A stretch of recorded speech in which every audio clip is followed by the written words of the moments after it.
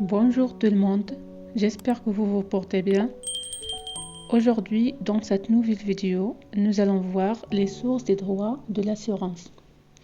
On a deux sources, les sources législatives et l'unification internationale. D'abord, on commence par les sources législatives. Le contrat d'assurance se trouve régi par des dispositions particulières exorbitantes, ça veut dire abusives, du droit commun et dont le non-respect est sanctionné par la réglementation des assurances.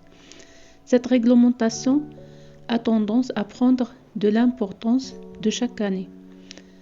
La première source législative du droit de l'assurance, c'est le Dahir des obligations et des contrats de 1913.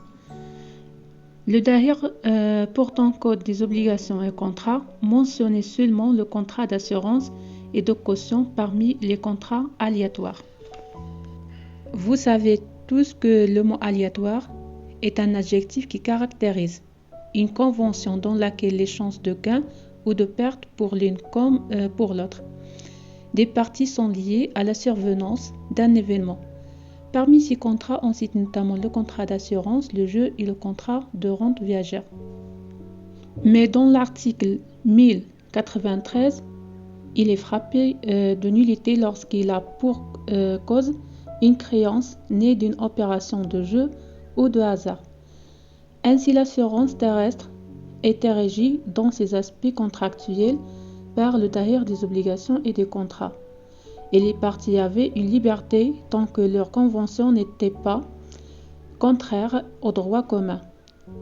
Toutefois, les assurances n'ont pas hésité d'abuser de cette liberté contractuelle en imposant certaines choses abusives dont les exclusions de garantie. Et la deuxième source du droit de l'assurance, c'est le droit du Code de commerce maritime. Ce texte a réglementé assez longuement le contrat d'assurance sur corps et sur faculté. Il lui a consacré le titre 4 de son titre 1 de l'article 345 à 383. Cependant, la navigation de plaisance reste rattachée au droit commun des assurances terrestres. Troisième source, c'est l'arrêté vizériel de 1934. Ce texte constitue le texte de base en matière de réglementation du contrat d'assurance terrestre, toujours en vigueur, pour réglementer les rapports découlant du contrat d'assurance. Cet arrêté n'est en réalité qu'un parfait calque de la loi française de 1930, aujourd'hui abrogé et remplacé par le Code des assurances adopté au lendemain de deux directives européenne du 24/7/1973. Cette codification fut réalisée par trois textes, à savoir le décret numéro 76-666 du 16 juillet 1976, dont l'annexe constitue la partie législative, décret numéro 76-677, dont l'annexe constitue la partie réglementaire, et l'arrêté du 16 juillet 1976, codifiant les arrêtés applicables en la matière. Alors, quelle est la distinction entre les décrets et les arrêtés?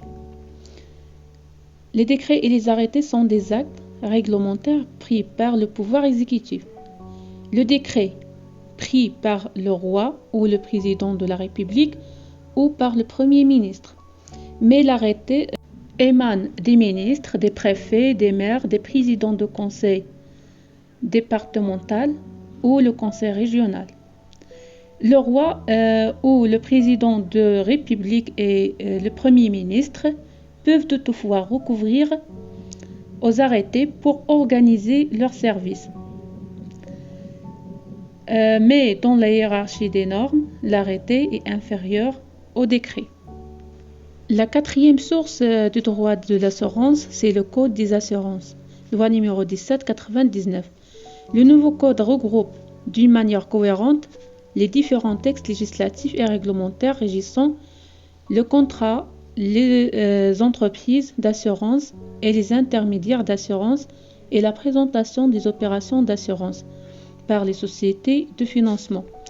Après ce que nous avons évoqué, les sources législatives, on passe maintenant à l'unification internationale.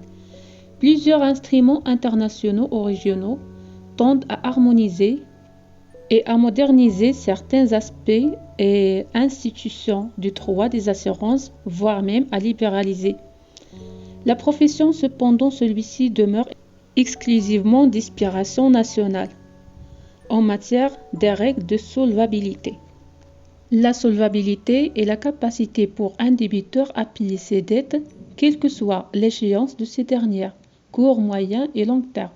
Une entreprise est donc solvable lorsque son actif total est supérieur à son passif global. Les règles d'agrément des branches d'activité et d'assurance obligatoires. On peut citer notamment la carte internationale d'assurance automobile, dite carte verte, est un certificat d'assurance automobile délivré par les assureurs européens créé en 1949. Elle remplace l'ancienne attestation d'assurance jaune. Elle est émise par le bureau central du pays de l'assuré.